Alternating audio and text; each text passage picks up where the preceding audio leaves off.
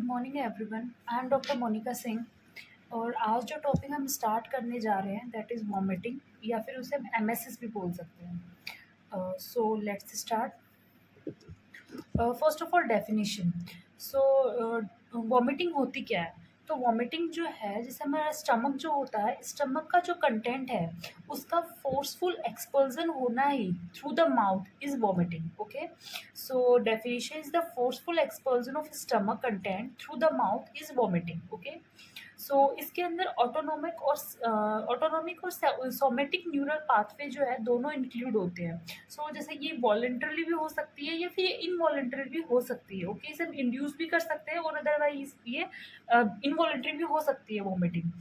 So it is a complex physiological process. इसके अंदर क्या क्या इन्वॉल्व होती हैं? तो इसके अंदर डायफ्राम, इंटरकॉस्टल मसल्स और एब्डोमिनल मसल्स जो उनका कॉन्ट्रैक्शन देखने को मिलता है, और उसके साथ लोअर इसोफेजियल स्फिंक्टर जो है उसका रिलैक्सेशन देखने को मिलता है। ओके, मीन्स हमारा जो स्टमक है, स्टमक के ऊपर की साइड डायफ्राम होता है और इंटरकॉस्टल मसल्स होती है, और स्टमक के नीचे जो एब्डोमिनल मसल्स होती है वो कॉन्ट्रैक्ट करेंगी और साथ में जो लोअर इसोफेजियल स्फिंक्टर होता है हमारा, वो क्या होता है, जो इसोफेगस और स्टमक के बीच में होता है वो रिलैक्स होगा, जिसकी वजह से जो वॉमिटस जो होती है वो बाहर इसोफेगस के अंदर जाएगा content. Okay, then causes. Causes क्या होते हैं? तो इसके वैसे तो बहुत सारे मल्टीपल कॉजेज होते हैं, पर जो कुछ ज़्यादा इंपॉर्टेंट है उनको मैंने यहाँ पे मेंशन किया है।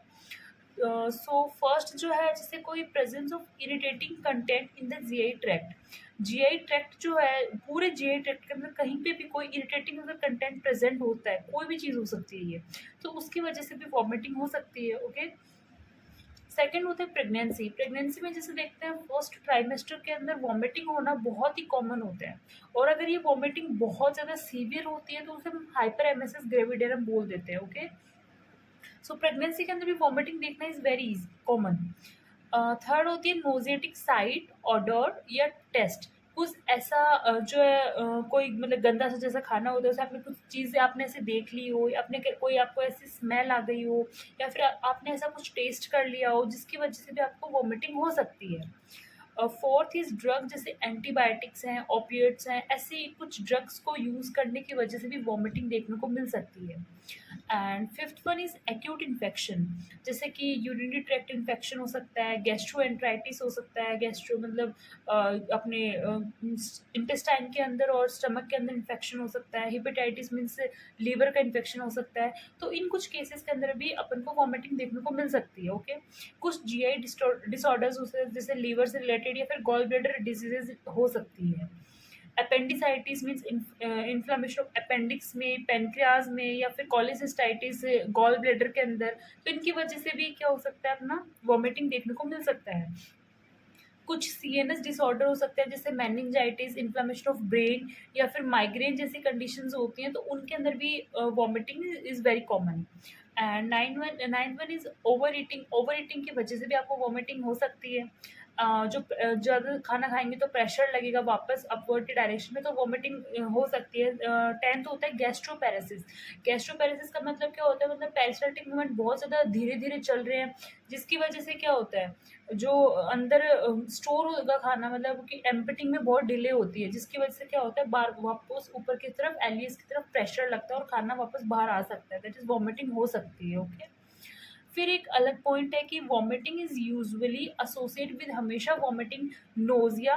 वैसे ये चीज़ हमेशा तो मैं नहीं बोल सकती, मतलब यूजुअली होती है, मतलब ज़्यादातर देखने को मिलता है कि वॉमिटिंग के साथ नोजिया भी होता है, रैचिंग होती है, सलाइवेशन होता है, एनोरेक्सिया होता है। अब अगर मैं बोलूँ नोजिया क्या होता है, तो नोजिया जो है एक अनप्लीजेंट सेंसेशन होता है जो कि वॉमिटिंग की डिज़ायर को इंड्यूस करता है। ओके, और इसके अंदर नोजिया से क्या होता है, आपको लार्ज अमाउंट में सलाइवा का सिक्रेशन होता है। ओके, और जिसके अंदर containing more amount of mucus, so ये नोजिया होता है। दूसरा रैचिंग, रैचिंग जिसे अपन कहते हैं ना उबाल के आती हैं, सो वही नोज रैचिंग होता है। इसमें स्पाज्मोडिक रेस्पिरेटरी मूवमेंट्स होते हैं and reverse movement in the GI tract without vomiting.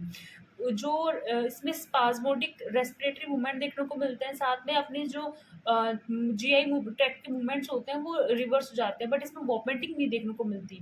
इसका रैचिंग का मतलब होता है try to vomit, means person is effort to vomit. Okay, and ये जो है वॉमिटिंग की रैचिंग का मतलब ये भी होता है, रैचिंग के अंदर वॉमिटिंग की जो फीलिंग होती है उसको इंटेंसिफाई किया जाता है। ओके, अगर मैं नॉर्मल लैंग्वेज के अंदर बोलूँ तो। फिर एक्ट ऑफ वॉमिटिंग के अंदर क्या आता है? सो एक्ट ऑफ वॉमिटिंग जो है इसके अंदर क्या होता है, सबसे पहले एंटी पेरिस्टाल्टिक मूवमेंट देखने को मिलते हैं। कॉमनली अपने पेरिस्टाल्टिक मूवमेंट जो है वो अपने जैसे माउथ से तो स्टार्ट नहीं होते, मतलब यहाँ से और इंटेस्टाइन की साइड जाते हैं, ओके। बट इसमें एंटी पेरिस्टाल्टिक मूवमेंट जो होते हैं, मतलब ये इंटेस्टाइन से माउथ के साइड आएंगे, इलियम टू माउथ, और ये 2 to 3 सेंटीमीटर पर सेकेंड देखने को मिलते हैं। उसके बाद में क्या होगा, उसके बाद में अपनी डीप इंस्पिरेशन करेगा पर्सन, लंबी लंबी सांसें लेगा, और देन उसके जस्ट बाद टेम्परेरी सीजेशन होता है ब्रीदिंग का, कुछ टाइम तक, कुछ मतलब कुछ पल के लिए ब्रीदिंग जो है उसका टेम्परेरी सीज हो जाती हो।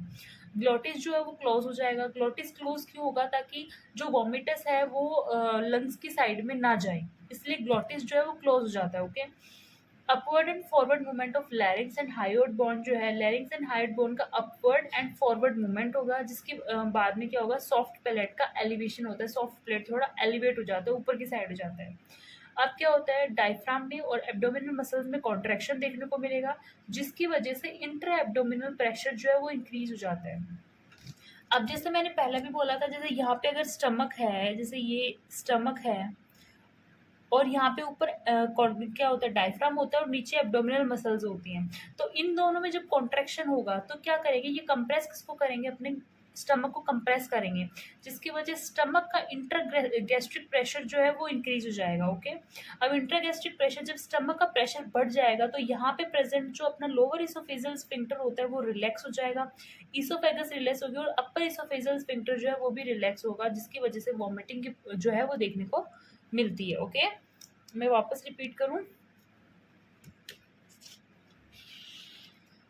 तो मैंने बोला जब जो प्रेशर जो है वो इसके अंदर स्टमक के अंदर प्रेशर इंक्रीज होगा तो उसकी वजह से एलियस जो है उस पर प्रेशर लगेगा, एलियस का रिलैक्सेशन होगा, इसोफेगस में रिलैक्सेशन होगा, और अपर इसोफेजियल स्फिंक्टर में रिलैक्सेशन होगा, जिसकी वजह से वॉमिटिंग जो है वो देखने को मिलती है, ओके।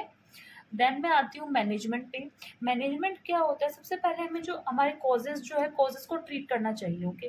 जैसे कॉजेज में मैंने पहले बोला था, कोई ऐसे कोई साइट और डोर, ये टेस्ट हो सकता है, ऐसा कुछ हमने टेस्ट कर लिया हो, कुछ देख लिया हो तो उससे दूर हो, और साथ में कोई इरिटेटिंग कंटेंट अगर जीए ट्रैक्ट में प्रेजेंट हो तो उसको साइड करो, अगर एंटीबायोटिक और ओपिएट्स ले रहे हो तो उसको छोड़ो, अगर या फिर ओवर ईटिंग की है तो उसको छोड़ो, गैस्ट्रोपैरेसिस, मतलब अगर कोई भी ऐसी चीज़ें हैं जो अंडरलाइन कोजेस को ट्रीट करना चाहिए, अगर इन्फेक्शन वगैरह तो उसको ट्रीट करो, तो वॉमिटिंग अपने आप ट्रीट हो जाएगी, ओके।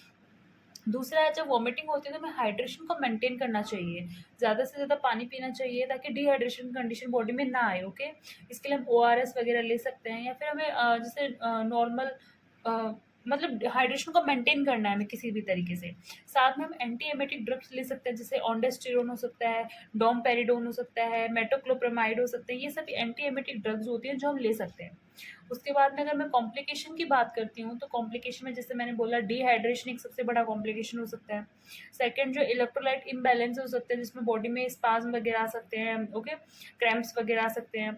दूसरा जो है एस्पिरेशन न्यूमोनिया, एस्पिरेशन न्यूमोनिया वही जो मैंने पहले भी बताया था कि ग्लोटिस क्लोज हुआ था, अगर ग्लोटिस क्लोज ना हो तो वॉमिटिस जो होता है वो लंग्स में एंटर कर जाएगी, और लंग्स के अंदर क्या होता है, प्रॉब्लम्स स्टार्ट होंगे, that is aspiration pneumonia, okay. And the fourth complication is Mallory विस्टियर होते हैं। मेलोरी विस्टियर इज जो अपनी ईसोफेगस है उसके अंदर कुछ टीयर्स या कट्स लग जाते हैं वॉमिटिंग की वजह से, दैट इज मेलोरी विस्टियर। सो ये हमारा वॉमिटिंग था। Thank you.